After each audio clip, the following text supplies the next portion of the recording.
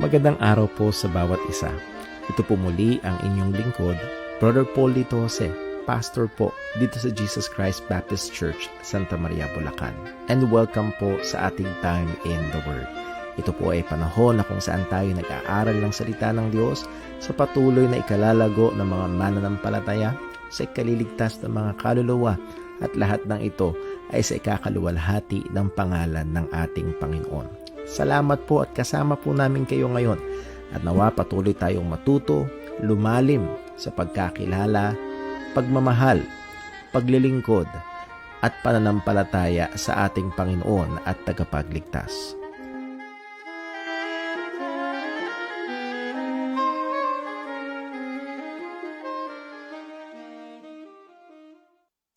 Sound check.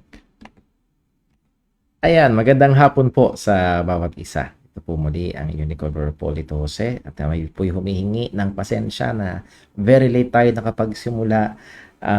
May kakaibang nangyari kanina, may technicality din, kaya ho napansin nyo, wala ho sa office ko, ako'y lumipat para sa mas maayos na internet connection. So, pasensya na po. Pero tutuloy ho tayo sa atin hong time in the Word ngayong gabing ito. At ito ho ay huling lesson natin about biblical evangelism. Sa Friday, ang atin hong gagawin ay we will try to have the final lesson at i-boil down natin yung mga bagay na pag-aralan natin mula sa lesson number 1 hanggang sa lesson po na ito. At nawa ay patuloy na gamitin ng Panginoon para tayo mapaalalahanan, mahamon. And also, isa ho sa gagawin natin this coming Friday ay kung meron ho kayong mga questions about evangelism, ay pwede nyo i-comment or i-direct message po sa akin at isa ho yan sa mga bibigyan ho natin ng panahon para talakayin o sagutin this coming Friday. So if you have questions about evangelism, welcome po yan. Mabilis na mga announcements lamang po. Sa Sunday, we are excited and praying for our worship service. Una, maging maayos ang pagsamba, maging safe. And then pangalawa, we're excited or more excited dahil magkakaroon po tayo ng Lord's Supper. Magdadaos po tayo ng ating Lord's Supper. So it's been long overdue. And Lord willing, this coming Sunday ay itadaos po natin ang bagay po na yan. At yan po ay maganda at maayos sa kalusugan ng iglesia at pagsunod natin sa kalooban ng Panginoon. And atin ho ini-encourage ang mga kapatiran to make plans, to make efforts, to be present para ho sa atin hong Lord's Supper. And I've been talking with some brethren and also yung mga deacons natin para pagplanuhan paano magiging safer ang ating hong Lord's Supper. So ating hong pinapakiusapan ng mga kapatiran, please, as we come to church, ay gawin pa rin natin yung mga healthy safe protocols, wear our face mask, our face shield, physical distancing, at nakikita ho natin sa ayon sa mga balita na tumataas ulit ang mga kaso. Mayroon ng mga nagsasabi na talagang makalat na yung bagong variant. So let us be careful, let us be part ng hindi ng problema kung hindi ng solusyon. So ingatan pa rin natin, kung hindi kailangan, huwag lalabas, at kung lalabas, maging napakaingat dahil na tayo ho ay patuloy na tumitiwala sa Diyos na siya nag-iingat sa atin, but we also have our responsibilities na patuloy ho na mag-ingat sa mga bagay po na ito. At napakahirap kapag ito ho ay sa church pa nanggaling. So patuloy nating pakaingatan at pag-pray ang atin hong mga gawain. Isang pagbati rin ho, ngayon mismo ay birthday ni Sister Gemma Ardiente. So Sister Gemma, happy birthday. We praise and thank God for you. And we're praying for your family at mapatuloy kang ingatan ng Panginoon at patuloy po kayong palaguin sa pananampalataya at pagmamahal sa Kanya. Okay, so yun po ang ilang mga announcements, reminders natin. At tayo ho dumako sa sandaling panalangin and then we'll jump straight to our lesson for tonight. Let's pray. Panginoon naming Diyos, aming Ama sa langit, kami po ay nagpapasalamat sa iyo, nagpapasalamat sa biyaya mo, pag-iingat mo. Salamat, O Diyos, na meron kami mga teknolohiya kagaya nito na kami ay maaaring makapag-aral ng iyong salita At nawa, O Diyos, gamitin mo ito para sa kapurihan ng iyong pangalan, sa ikakatatag pa ng mga mananampalataya at kakasipag namin sa gawain ng kabanalan, lalo na sa paghahayag ng Ebanghelyo ng aming Panginoong Hesukristo. Gatampong patuloy ang aming mga kapatiran, mga kababayan na labis na apektado ng mga maraming pag-ulan. And also, Lord, we know na maraming mga bansa na kung saan nandoon ang grabing apekto. Alam namin, O Diyos, na hindi ito labas sa iyong soberanong kamay. Alam namin, Panginoon, na ginagawa mo pa rin ang mabuti sang-ayon sa iyong pamantayan. Kaya, Panginoon, ikaw po nawa ang maawa, ikaw po nawa ang kumilos. Gamitin mo lahat na ito sa kaluwalhatian ng iyong dakilang pangalan at sa ikaliligtas pa ng mga kaluluwa. Lord, sa aming pag-aaral ngayon, bigyan mo kami ng wisdom, lalo sa aking bilang tagapagturo at ang bawat isang makikinig. At lahat ng ito, Panginoon, ay sa iyo namin tinataas sa ngalan ng aming Panginoong Hesukristo. Amen. Okay, so tayo po ay dumako sa ating lesson proper. At yan nyo lang kung okay, so this is Biblical Evangelism, lesson number 37. Kagaya sinabi po natin kanina, this will be our final lesson, and then sa Friday will be a summary ng lahat ng ating mga napag-aralan, yung mga tingin kong magiging magandang babaunin talaga natin sa pagtatapos. And then, if you have questions, please to send them in at tatalakayin ho natin, sasagutin ho natin, Lord willing, sa atin hong time in the Word this coming Friday. Okay, so magsimula ho tayo sa ating lesson ngayon. Definition ng evangelism, I hope ito ho ay nakatatak na sa ating memorya. Ito ay gawain ng Panginoon na kung saan ginagamit niya ang mga Kristiyano para maihatid ang mabuting balita ng Ebanghelyo sa mga makasalanan upang sila ay manampalataya, at ito'y inutos ng Panginoon na gawin ng kanyang iglesia. At walang puwera dito. Lahat ng mananampalataya, ito'y ang gawain ng paghahayag ng Ebanghelyo ay hindi lamang para sa pastor o sa mga diakono, kundi lahat ng mga Kristiyano. If you're a Christian, you should have a part sa gawain ng paghahayag ng Ebanghelyo ng ating Panginoong Hesukristo. And ano ang ating ginagawa pagdating sa evangelism? Ang aim natin ay maikomunika ang gospel message ng malinaw at ating hamunin o tawagin ang mga nakapakinig nito sa pagtugon sa katotohanan na kanilang napakinggan. So, again, to give the message and then to urge them to respond doon sa mensahe ng Ebanghelyo. So, we communicate the gospel.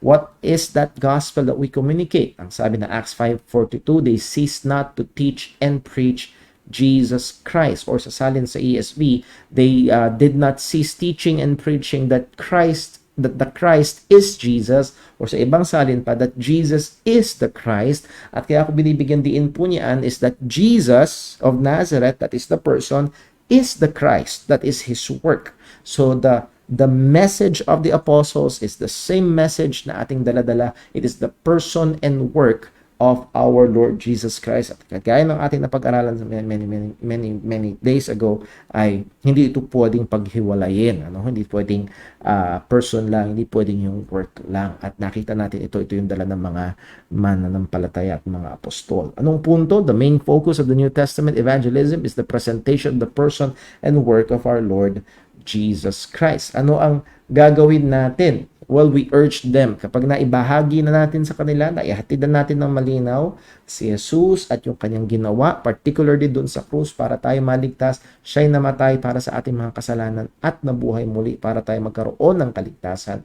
Ang gagawin naman natin ay atin silang uudyukan upang tumugon ng naaayon sa katotohanan. Hahamunin natin sila upang bigyan ng matinding konsiderasyon ang katotohanan ito. Now, ano yung mga tugon na kinakailangan? Well, una, pagkaroon ng pag-amin at pagkilala sa kalagayan ng pagiging makasalanan at ang implikasyon nito.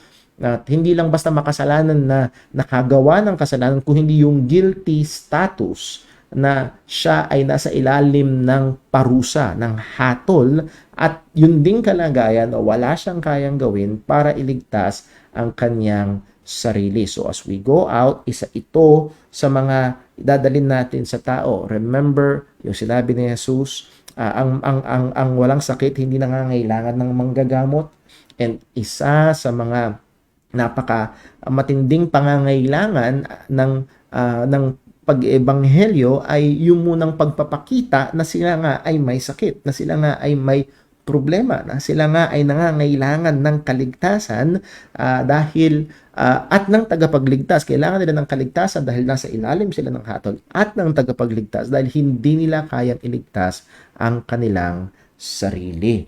Number two, ay i-appreciate yung freeness ng gospel, ng ebanghelyo, ng kaligtasan. Hindi ito reward sa anumang effort or performance. At ito yung madalas na tingin o madalas na paniniwala ng maraming mga tao na ang kanilang kaligtasan ay nakabase sa performance. Ay mabait naman ako, nagsisimba naman ako, nagpe-pray naman ako gabi-gabi.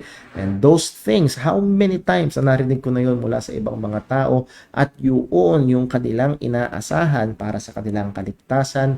No, the proper response sa mensahe ng ebanghelyo ay makita na ito nga ay libre, regalo, biyaya ng Panginoon. And then three, ay magkaroon ng tunay na pananampalataya at ito ay nahahayag sa pamagitan ng pagtitiwala at pagtawag kay Kristo at pagtanggi sa anuman at iba pang paraan ng kaligtasan. So, nahandoon yung pananampalataya. Well, anong itsura nito? Nandun yung pagtitiwala kay Kristo at pagtanggi sa iba pang mga kaparaanan na maaaring dating pinagtitiwalaan. At napakagandang halimbawa niyan ay si Apostol Pablo sa Philippians chapter 3 verse 6, 7, 8, and 9 na kung saan sinabi niya, and do count them but dung. Those things that were gained to me, I counted loss for Christ, that I may win Christ. So nakita natin doon, tinapon niya yung mga bagay na nagpapaging dapat sa kanya, akala niya, at siya ay kumapit lamang kay Kristo. At yun ang larawan ng pananampalataya. And then number 4, repentance as expressed in seeking forgiveness and turning away from sin. Handun yung pagsisisi at nandun yung demand ng salita ng Diyos. We are calling men, sabi ng mga apostol sa Acts chapter 20, repentance toward God and faith toward our Lord Jesus Christ. Ano yung pagsisisi? Sabi rin ni Jesus, liban na magsisi, kayo ay mapapahamak. So, ating tatawagin ang mga tao sa pagsisisi at pagsampalataya sa ating Panginoong Hesus Kristo. At nandito yung warning, we must refuse the temptation to be manipulative in our methods to produce instant man-made results. So, tanggihan natin ito. Nandun yung pressure, lalo na kung tayo ay lumaki o nasanay sa gawain ng talagang may results agad, bibilangin mo agad, 5 people got saved, 10 people got saved. Mahirap po yun. So, wag tayong mag-give in doon sa temptation or pressure to be manipulative sa methods to produce instant results. Again, sa evangelism in the local church, isa sa mga napag-aralan natin is that importance of preaching. Isa sa mga pangunahing ginagamit ng Panginoon ay ang pangangaral ng salita ng Diyos. Nandun ang responsibilidad ng iglesia. It must be among our uncompromised priorities to be oriented as a church to be actively and purposefully evangelistic. So as a church, bilang kabuuan ay kailangan aktibo tayo na evangelistic. Sinasadya natin na tayo ay evangelistic at kung merong pangunahin ay walang iba kung hindi in the pulpit ministry ang paghahayag ng salita ng Panginoon. And we try our very best, even kahit minsan sa Sunday school lesson pa lang natin dito sa JCBC or in the preaching, there is that always a call para sa mga maaaring hindi patunay ng mananampalataya. Lalo na sa serye ng ating pag-aaral ngayon na discerning your true spiritual status. Kung ano talaga ang spiritual na kalagayan mo. Kung ikaw ba ay ligtas o hindi. Yan ho yung series natin tuwing Sunday morning. the normal activity of evangelism in the New Testament. Nakita natin yung Bible study method. Doon naman tayo sa Bible study method. Ang normal na aktibidad ng pag-eebanghelyo sa Bagong Tipan ay hindi one time na pakikipag-usap at 5 minutes lamang. Hindi 'yun. Kung hindi ang sinisikap na maging ng mga apostol ay magkaroon ng regular na presentasyon at pagpapaliwanag ng mga katotohanan ng ebanghelyo upang maunawaan ng mga tao at sila ay sumampalataya. And we have seen it in many passages, at isa dito ay sa Acts 19 verse 8, and he went in unto the synagogue and spake boldly for the space of 3 months, disputing and persuading. So in disputing, hindi siya nakikipagtalo, kundi ang ibig sabihin niyan, explaining and persuading. So pinapaliwanag niya na may naglalayong siya makakumbinsi patungkol sa mga patungkol sa mga bagay sa kaharian ng Panginoon, patungkol sa ebanghelyo. So for that's the space of 3 months. So kung every Sabbath 3 months, that's around 12 Sabbaths, at nahandoon yung layunin ni Pablo, yung regularidad na siya pumupunta doon at pinapaliwanag niya ang ebanghelyo. Ang promosyon ng mga kasalukuyan ng mga paraan ng paghahayag ng ebanghelyo ay simplistic and then mabilisan, dahil ang layunin nila ay makakuha agad ng resulta. At kaya yung nakikita ko natin, it detracts from yung scriptural na example and it detracts from the scriptural and wise example na nakikita natin sa salita ng Pagkatitin naman sa mga one-time opportunities in gospel witness. Yes, there are times na talagang one time mo lang makakausap yung tao. As we have said, maaring nakatabi mo sa bus or talagang minsan mo lang nakasalamuha. Ang goal natin ay hindi makakuha agad ng tugon o ng desisyon kung hindi maipaliwanag ng malinaw ang ebanghelyo. Again, magandang example dito, o balikan natin yung sinabi ni Pablo, ako ang nagtanim, si Apollo ang nagdilig, at ang Diyos ang nagbibigay ng paglago. Again, hindi lagi na ikaw ang tatanim, ikaw din ang magdidilig, at ikaw rin ang may mga time na talagang kailangan magtanim. And then may mga time na kailangan diligan yung itinanim. And then ang Diyos ang bahalang magpapalago. Ang problema sa approach ng marami sa evangelism ay pagkatanim gusto agad maani. Now, kung yun ang kikilos ang Panginoon para buksan ang puso ng taong yun, purihin ang Diyos. And we have seen that in the New Testament, sa preaching ni Peter sa Acts chapter 2, sa preaching ni Paul sa Acts chapter 16, ay kumikilos agad ang Diyos. Pero ang normal na nakikita natin ay minsan si Pablo, as we have seen kanina, 3 months. Minsan madaming panahon, taon ang tinatagal niya. And again, those are the normal means na kung saan ginagamit ng Panginoon. That's why we are promoting this Bible study method. Pero yes, may mga pagkakataon na one time mo lang makakausap ang tao.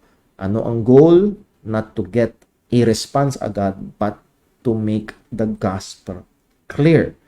At kagaya nga nasabi natin, isa sa mga trabaho natin to make the gospel clear ay siguraduhin walang mga noise. Linawin yung mga malalabo.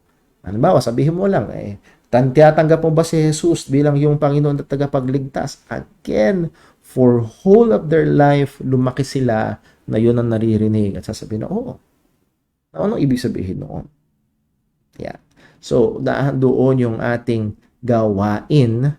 Kung sabi nga natin, kumpara kila Apostol Pablo, nangangaral sila sa mga hintil na sumasamba sa ibang Diyos-Diyosan at kailangan nilang ipaliwanag ang ebanghelyo in that context. Tayo naman, sa context na kung saan babad sa lengguwahe ng Biblia ang mga tao, ipepresenta natin sa kanila ang katotohanan ng ebanghelyo at tayo ay kailangan kumilos at tumugon sang-ayon doon sa konteksto na yon. Again, maraming mga ingay na kaya hindi naririnig ang tunay na mensahe ng ebanghelyo. So, we must go on. consider natin, God's providential placement often carries gospel purposes. Kung saan kanilagay ng Panginoon ay hindi mo kailangan kung ikaw ay tinatawag na misyon sa ibang bansa, go, purihin ang Panginoon. Pero kung hindi man, kung tinawag ka niya maging tricycle driver, dun sa makakatabi mo sa pila sa TODA, kung tinawag ka niya bilang estudyante sa magkakaklase mo, kung sa biyaya ng Panginoon nakapag-asawa ka at tumahan kayo sa isang compound o sa isang apartment doon sa mga kapitbahay, God's providential placement often carries gospel purposes. Nilagay ka doon ng Panginoon upang magliwanag, upang magkaroon ng impluensya, upang maging maalat na asin para sa ebanghelyo ng ating Panginoong Hesukristo. At ito yung isa sa mga mahalaga. We must be purposefully evangelistic in our day-to-day living. Yung ating pang-araw-araw na pamumuhay, kagaya nga ng sinabi sa Titus 2 verse 9, in-exhort ni Pablo yung mga Kristiyanong alipin. Well, isa sa pwede nating ilagay dito yung mga Kristiyanong empleyado, not slaves but employees. Ang sabi, exhort servants to obedient unto their own masters and to please them well in all things, not answering again, not purloining, but showing all good fidelity, that they may what? Adorn the doctrine of God our Savior in all things. To adorn the doctrine of God, to adorn the gospel. Ilagay natin sa iba't ibang mga setting bilang magulang. How can you adorn the gospel of Christ na para pag ito'y ipinaliwanag mo sa iyong anak, ito ay hindi magiging kasuka-suka kung hindi nakakapang-anyaya, nagiging palamuti at hindi panira ang iyong patotoo sa ebanghelyo ng ating Panginoong Hesukristo. So again, evangelistic lifestyle. Hindi ko na makalimutan yung ating kapatid na si Brother Edgar Kiambao nung sinabi niya, kaya yung isa sa mga deacon namin dito sa JCB, si Brother Totoy Ganas, magkatrabaho sila. At ang sabi ni Brother Edgar, kaya nung inimbita ako ni Toti, one time lang eh. Why? Dahil dun sa nakita niya. Nakita niyang pamumuhay, merong nagbago, merong kakaiba dito sa katrabaho niya, sa kumpare niya na ito, merong nangyari, merong nag-iba. At yun yung ginamit ng Panginoon para maging tulay upang si Brother Edgar ay makakilala sa Diyos. So again, yung evangelism is not just the act na tayo formally ibinabahagi at pinapaliwanag ng ebanghelyo, kung hindi our daily living ay kailangan ay maging aware tayo na ito ay magkakaroon ng epekto sa ating paghahayag ng ebanghelyo. Evangelism and prayer. The prayer of the saints has a direct influence upon the opportunities and the very act of the proclamation of the gospel. Kagaya ng mga prayer request ni Pablo, nagpe-pray siya, sabi niya sa mga Kristiyano, pag-pray nyo na magkaroon ng open door. Nagpe-pray siya. Pag-pray nyo na kami magkaroon ng tapang at nagkaroon ng kapangyarihan at ng katalinuhan sa paghahayag ng ebanghelyo. So yung opportunity and the very act of proclamation, ang panalangin ng mga mananampalataya ay merong epekto. So mga kapatid, please pray. Pray for teachers. Pray for the preachers of the gospel. Baka mamaya ay tayo ay nagkukulang sa bagay na ito. I hope na pag dumarating ang Sunday ay hindi niyo lang pinagpe-pray na Lord, pagpalain mo kami, kundi Lord, tulungan mo po ang tagapangaral, tulungan mo po ang tagapagturo, bigyan mo ng wisdom, and all throughout the course of the week, magbukas ka po ng oportunidad para ang ebanghelyo ay maibahagi sa iba.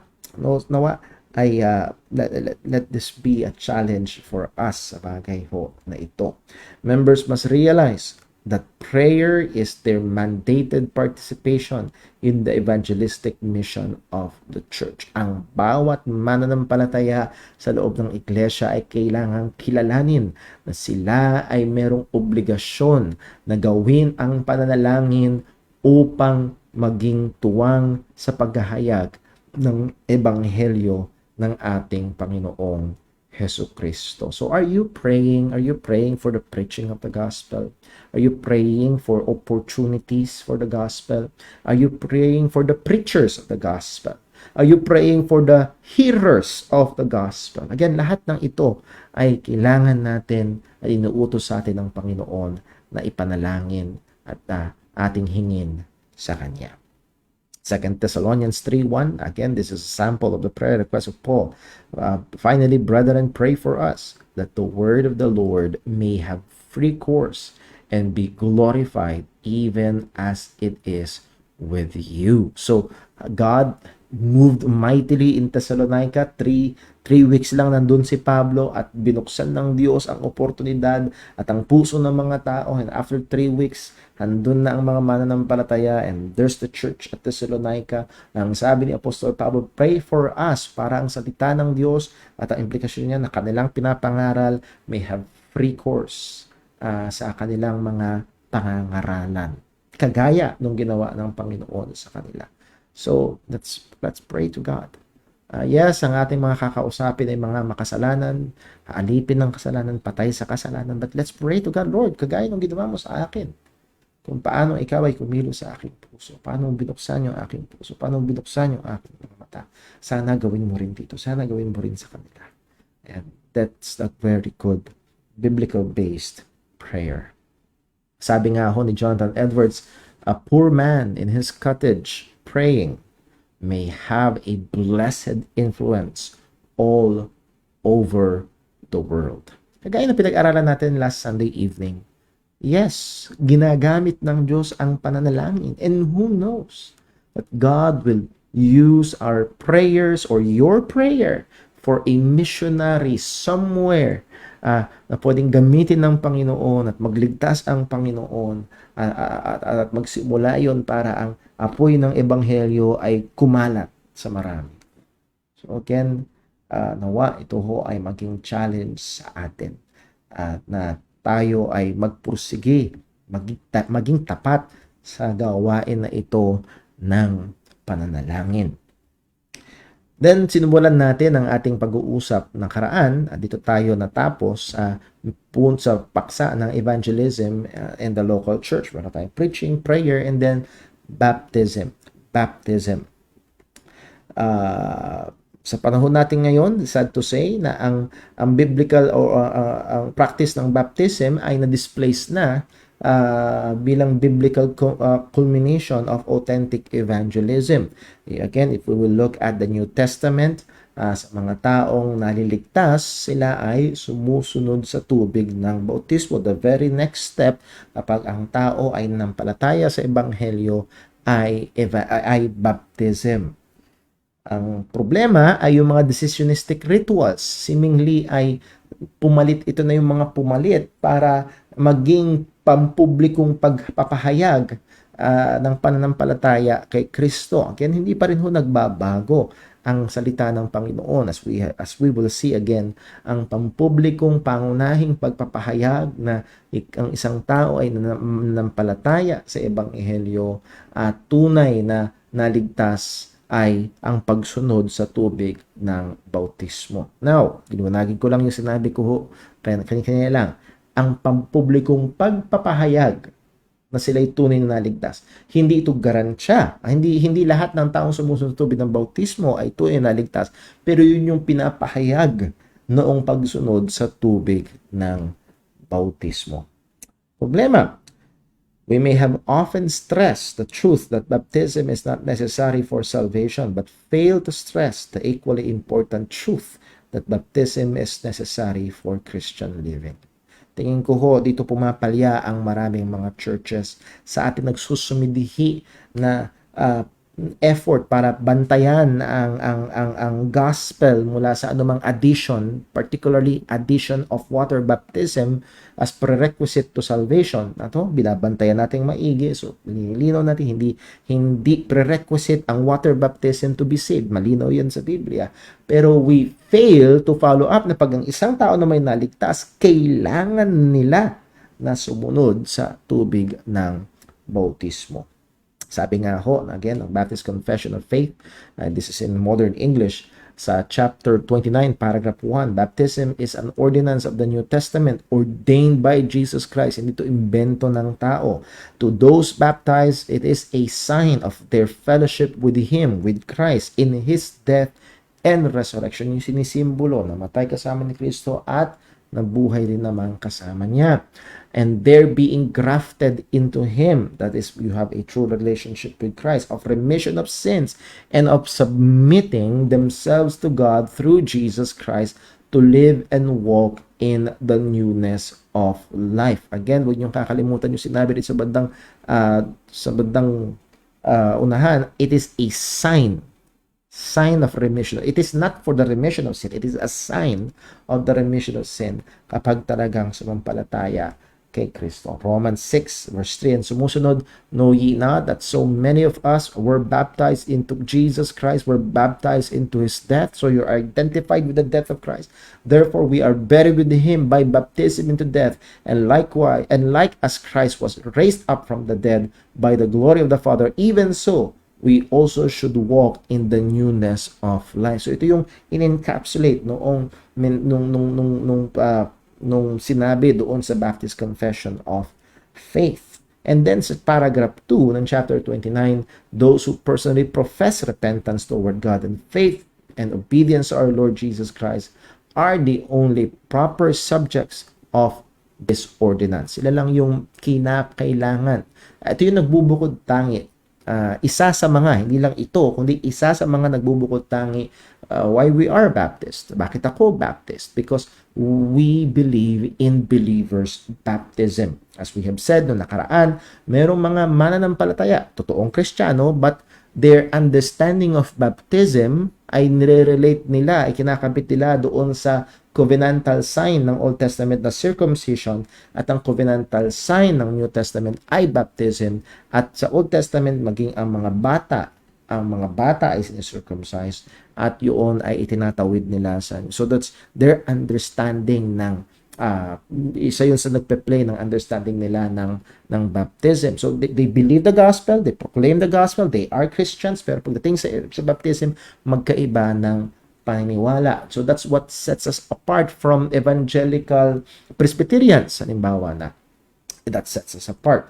We believe ang isang tao na maaari lamang, a proper subject of this ordinance of baptism ay yung nagpahayag ng pagsisisi at pananampalataya sa ating Panginoong Hesus Kristo.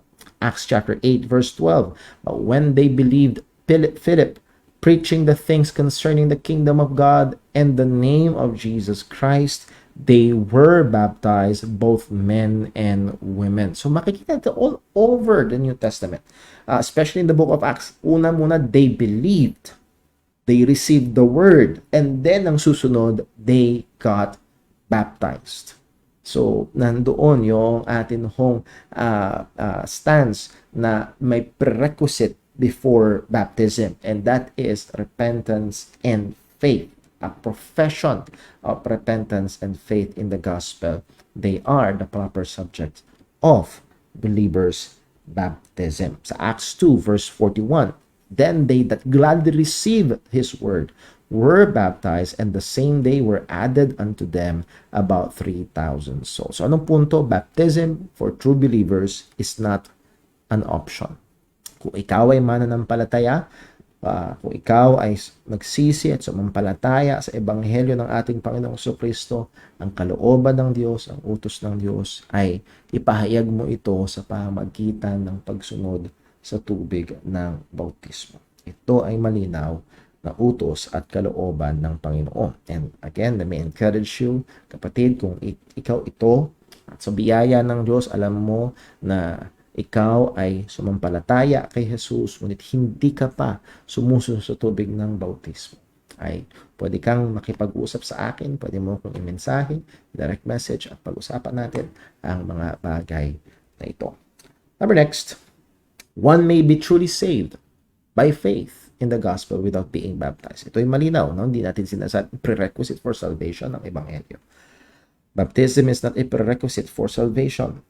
Pero question, what is the relation between the gospel and baptism? Medyo na-hint na natin ito kanina sa Romans chapter 6. The gospel is the legitimizing basis of baptism. As we have said, kailangan muna na sila'y sumampalataya o tanggapin nila ang pangangaral ng ebanghelyo. At sabi nga sa Acts 2 verse 41, the ones baptized were those who received the word, that is the gospel. And then, yun namang nabautismohan, ang sabi sa Acts 2 verse 41, and the same day were added unto them about 3,000 souls. So, sino yung them? Ito yung roughly around 120 na mga disipulo ni Kristo at yung mga nanampalataya sa Ebanghelyo, nadagdag sila dito. Sila ay pumisan dito sa mga tagasunod, mga disipulo ni Kristo. Those baptized were considered to be added to the community of believers, and that is none other than the church. At sila ay magpapatuloy sa pag-aaral ng salita ng Panginoon. So, again, number 1 nga, nakita natin, the gospel is the legitimizing basis of baptism. And then number 2, baptism is the sacramental sign of the gospel. As we have said kanina, ito yung senyales, ito yung pagpapakita na ikaw nga ay sumampalataya sa Ebanghelyo. Know ye not that so many of us were baptized into Jesus Christ, were baptized into His death. So it's a sacramental sign na ikaw ay namatay, nakasama ni Kristo at muling nabuhay at may buhay na walang pag-asa ng muling pagkabuhay at lalakad sa bagong buhay sangayon sa kalooban ng Panginoon. At yun yung sinesenyales ng baptism. So baptism is an outward sign of an inward spirituality, spiritual reality that the believer has already experienced by faith in Christ. So hindi ka lang noon na identify kay Kristo. Nung sumampalataya ka, you were identified in the death and the resurrection of Christ. Pero ito ay naipahayag at nagiging public profession in the gospel through water baptism. Believer's baptism signifies that the believer's identification with Jesus' death on the cross. Then number 3, baptism is the public initiation or introduction of gospel conversion. So muli, medyo nahagyan natin ito, it is public, pagsasapubliko, paghahayag sa mga tao. Sabi ni Pablo sa Galatians 3:27, for as many of you as have been baptized into Christ have put on Christ. Isang naalala kong halimbawa narinig ko dito ay kung halimbawa ikaw ay naging empleyado sa isang kumpanya, kailangan mong isuot yung uniforme, kung meron man, yung uniforme ng kumpanya na yun. You will be identified with that company sa pamamagitan ng pagsusuot ng uniforme na yun. It is the outward at nagpapakilala sa mga tao you are identified with that company. Or yung halimbawa, yung uniform ng police o ng militar, they identify themselves. Kapag sinuot nila yun, ina-identify nila sila bahagi ng military or bahagi ng kapulisan. So, for as many of you, sino yun? Sa verse 26, nakakolekta na yun. Sino yung as many of you? For ye are all the children of God by faith in Christ Jesus. So they are saved by faith in Christ Jesus. So kung gaano daw kadami yung sumampalataya, sabi ho sa verse 27, ang sabi, have put on Christ. That is, you are identified with Christ in a visible and declarative way. How? By baptism. So you were baptized and you declare yourself to be identified with Christ. Anong punto? Baptism is an outward sign of the union that already exists through faith. So yun yung malinaw dito sa Galatians 3:26. Galatians 3:26, they are children of God already by faith in Jesus Christ.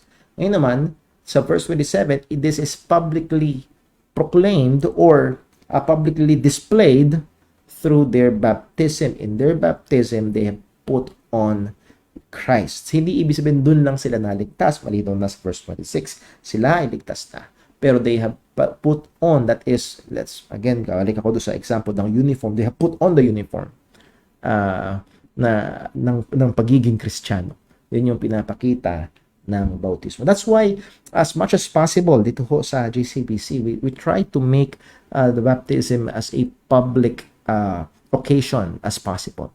Tuwing may ibabautismo, aniyahan natin ng mga kapatiran na sumaksi na ito ay pagpapahayag, pagpapakita na ako nga ay mananampalataya at tagasunod ni Kristo, at ngayon ay mabubuhay, ako'y namatay kasama ni Kristo at ngayon mabubuhay para kay Kristo. Pinapahayag ito sa pamagitan ng bautismo.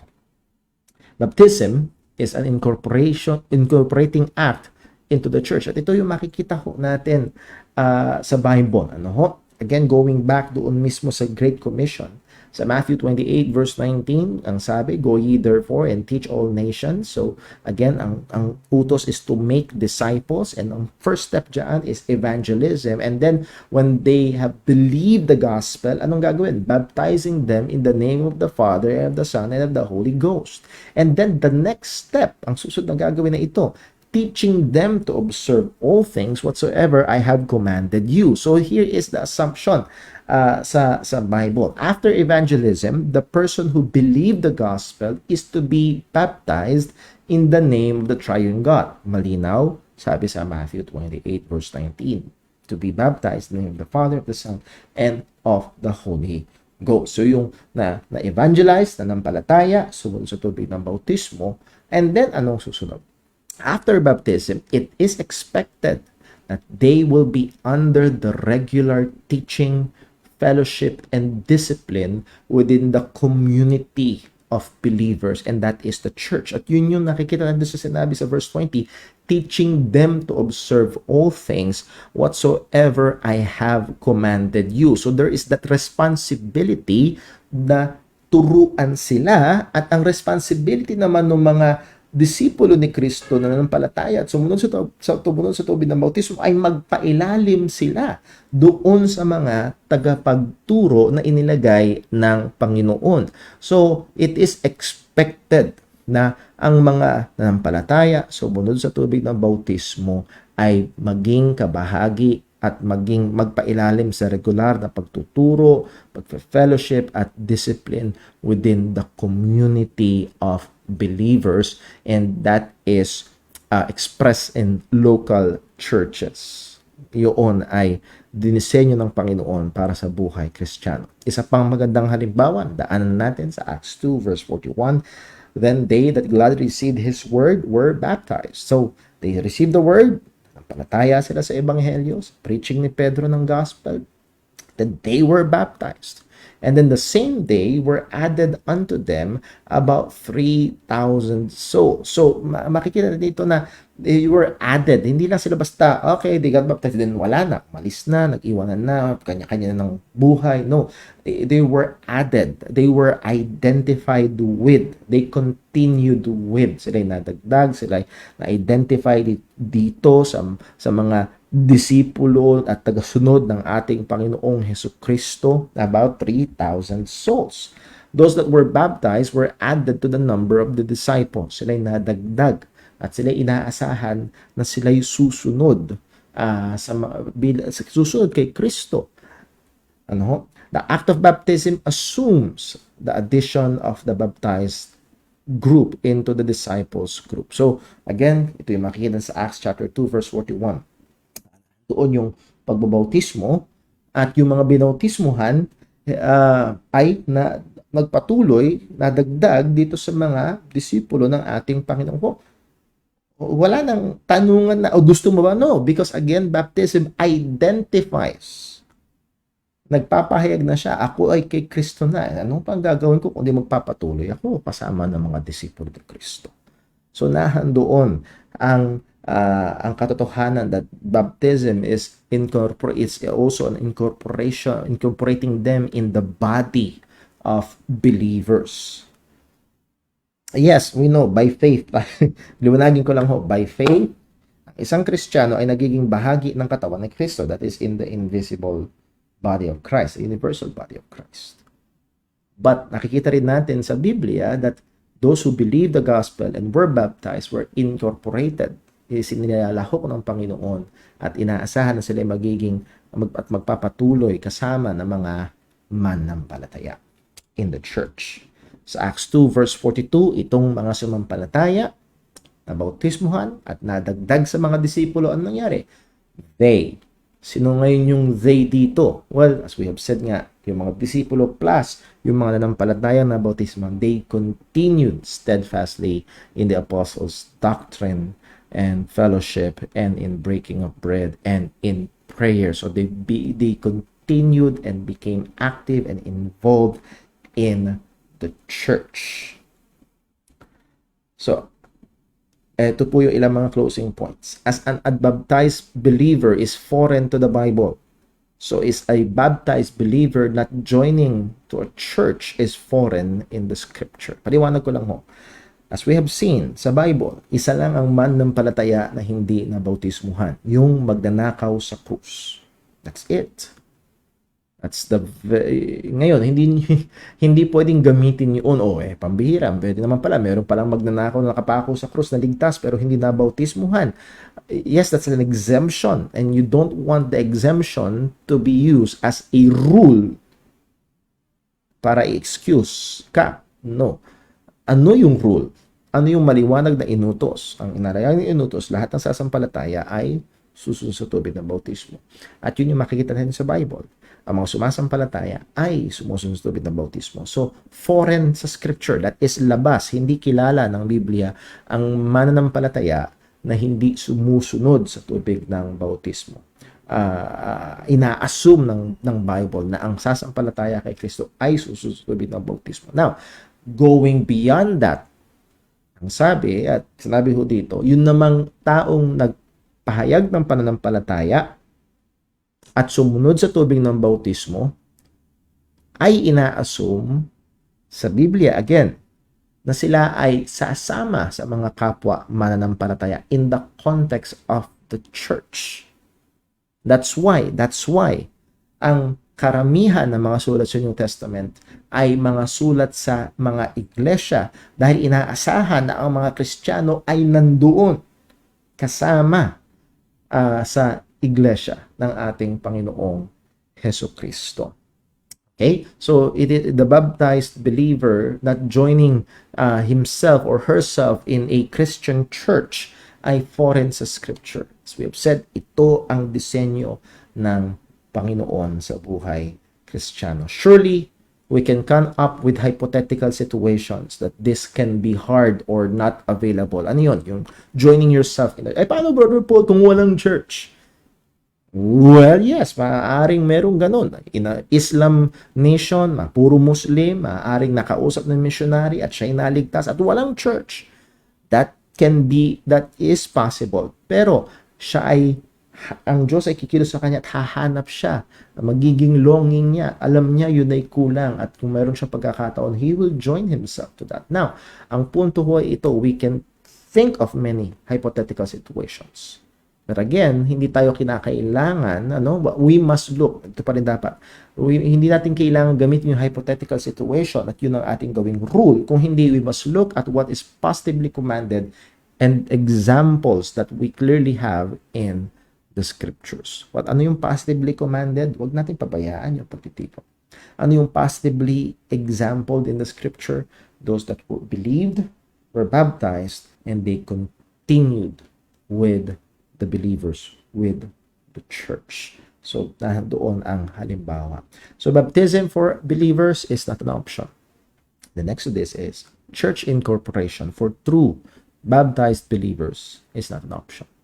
Ang pagpisan sa isang iglesia at iglesia lokal na kung saan nahandoon ang mga mananampalataya na nagbigay doon ng mga tagapagturo ang Panginoon na kung saan sila ay magpapatuloy sa katuruan ng mga apostol, makakasama nila sa pananalangin at sa pag-oobserba ng yung breaking of bread, sa pag-oobserba ng Lord's Supper. Sila ay magpapatuloy doon at sila ay isasama nila yung kanilang sarili doon. Ito ang malinaw na kalooban ng Diyos sa kanyang salita. Now, lilinawin lang natin, it is not a prerequisite for salvation. So, sana makita ho natin that in that Great Commission, as we have seen kanina, make disciples. Yes, evangelism. At yung isang magpapahayag ng sila mananampalataya, they need to be baptized. At yung sumampalataya na bautismohan ay kalooban ng Diyos na magpatuloy sa konteksto ng iglesia kung saan siya patuloy na lalago sa pananampalataya at gagamitin niya yung mga kaloob ng Diyos sa kanya, yung mga gifts ng Panginoon sa kanya para ipaglingkod sa mga kapatiran.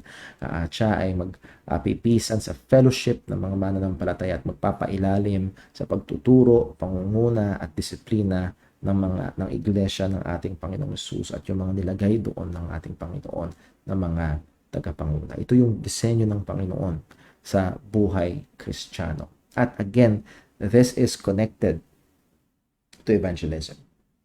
So, dininan ko lang ulit, ang kalooban ng Diyos is to make disciples. Ang utos ng Diyos is to make disciples. So, isa at una lamang, hindi lamang ito, kundi una lamang sa steps is evangelism. Yun yung pinag-aralan natin. Pero hindi natin pwedeng bitawan lang doon. We will be unfaithful kapag iiwanan lang natin doon. Gusto ng Diyos, ituloy yung sumampalataya sa Ebanghelyo ay sumunod sa bautismo. At yung sumunod sa bautismo ay ipisan ng kanyang sarili sa grupo ng mga mananampalataya sa iglesia ng Panginoon. Siya ay magpapatuloy sa pananampalataya at magpapagamit sa Panginoon. So yun yung nakikita ko natin. So hindi disconnected ang evangelism. Hindi malusog na pananaw na basta ako ihahayag ko lang ebanghelyo, gusto ko lang sila'y maligtas tapos na. Well, that would be not a whole picture ng gusto at disenyo ng Panginoon na iniutos niya sa atin in the Great Commission. So the next is after they hear the gospel, sila'y naligtas, sila'y susunod sa tubig ng bautismo. Pagkatapos nun sila ay has pipisan sa iglesia ng Panginoon. Ba't natin sinasabi ito? Anong ito? Dahil, again, kung sa biyaya ng Panginoon, gamitin ka ng Diyos parang isang tao ay maligtas, tatanong sa'yo, anong susunod? Susunod sa bautismo. Okay, sumunod sa tubig ng bautismo, anong susunod? Well, ito ang susunod at malinaw ito sa salita ng Panginoon. At nawa, patuloy tayong gamitin ng Diyos bilang tagapaghayag ng Ebanghelyo. Hindi lang yun, bilang tagapagsulong ng dakilang komisyon to make disciples na yung mga sasampalataya sa Ebanghelyo ay sumunod sa tubig ng bautismo at yung mga susunod sa tubig ng bautismo ay maging kabahagi ng iglesia ng ating Panginoon sa Kristo in the local church context at sila ay patuloy na lumago at magpagamit at maging kagamitan din naman ng Diyos para maghayag pa ng Ebanghelyo sa iba. So, again, I hope na sa ating pag-aaral na ito about evangelism ay nakatulong, nagbigay sa atin ng liwanag, nagpaalala sa atin ng mga maaaring mga bagay na nakakalimutan natin. At sabi ko nga ho sa inyo, ako mismo bilang pastor ay may mga paalala sa akin as we go through these lessons in prayer, in materials. So meron na tayong mga kinakausap ng mga kapatiran, meron tayong mga pinaplano ng mga proyekto sa church to help us. And hopefully, pagpalain ito ng Diyos, bigyan tayo ng wisdom ng Panginoon sa mga bagay na ito. De-develop tayo ng mga gospel materials, evangelistic materials, gospel tracts, lessons for Bible study. Isa yun sa mga big projects natin. And not just only that, even pwede natin gamitin ng internet, pwede natin gamitin ng video. So, all of that is unti-unti umuusad ho sa ating church. At nawa ay pagpalain at gamitin ng Panginoon ang mga bagay na ito. Again, next time in the Word, this coming Friday, will be our final summarizing lesson. And kung meron mga questions, please do send them. Bibigyan natin ng time ho yun para tignan at sagutin yung mga katanungan ho na yun. Kung wag ho kayo mag-aalala, gawin natin anonymous. Baka mamaya iniisip, baka mamaya sabihin nyo, no, hindi natin ilalagay yung pangalan. Pero yung question na doon, baka kasi yung question nyo ay question din ng iba. At yun ay magiging tulong para mas lalo pang malinawan ang mga bagay po na ito.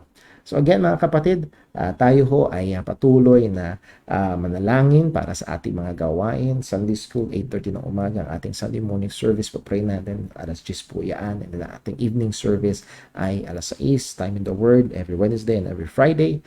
And then yung ating online prayer meeting, 7:10, 7:15 p.m. So that is on Friday. Okay, so yun po. At dine-develop ho, yung ating kapatid na Sir Justinel Adizas ay ginawa niyang tinake on na niya as ministry yung ating YouTube channel. So you can view that. Meron tayong ilang mga videos po doon. Tayo nagpapasalamat sa Diyos sa mga kapatiran natin na patuloy na nagpapagamit sa Diyos in these ministries. Tatawa ay gamitin at papalain ng Diyos patuloy ang mga bagay na ito. Let's pray.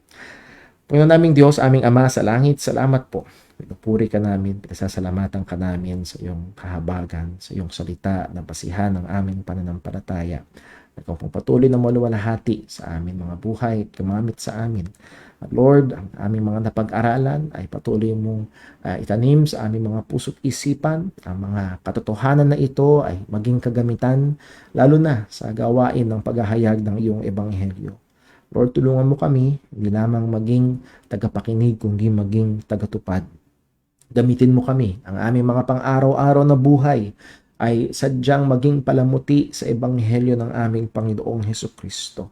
Tulungan mo kami, O Diyos, maging ang mga housewives ng mga Kristiyano, ang mga empleyadong mga Kristiyano, mga estudyanteng mga Kristiyano, lahat ng mga mananampalataya mula sa pinakabata hanggang pinakamatanda. O Panginoon, bigyan mo kami ng malalim na desire, pagmamahal una sa iyo, at ganoon din sa mga kaluluwa na wala pa kay Kristo.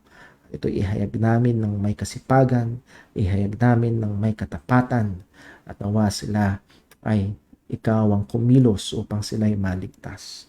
Salamat o Diyos sa pag-asa na meron kami sa kabila ng pagiging makasalanan, patay at alipin sa kasalan ng mga tao, ay kami ay naglilingkod sa isang Diyos na makapangyarihan, na maaaring magbukas ng puso, magbigay ng paningin sa mga bulag, at maglapit ng mga tao sa aming Panginoong Hesukristo.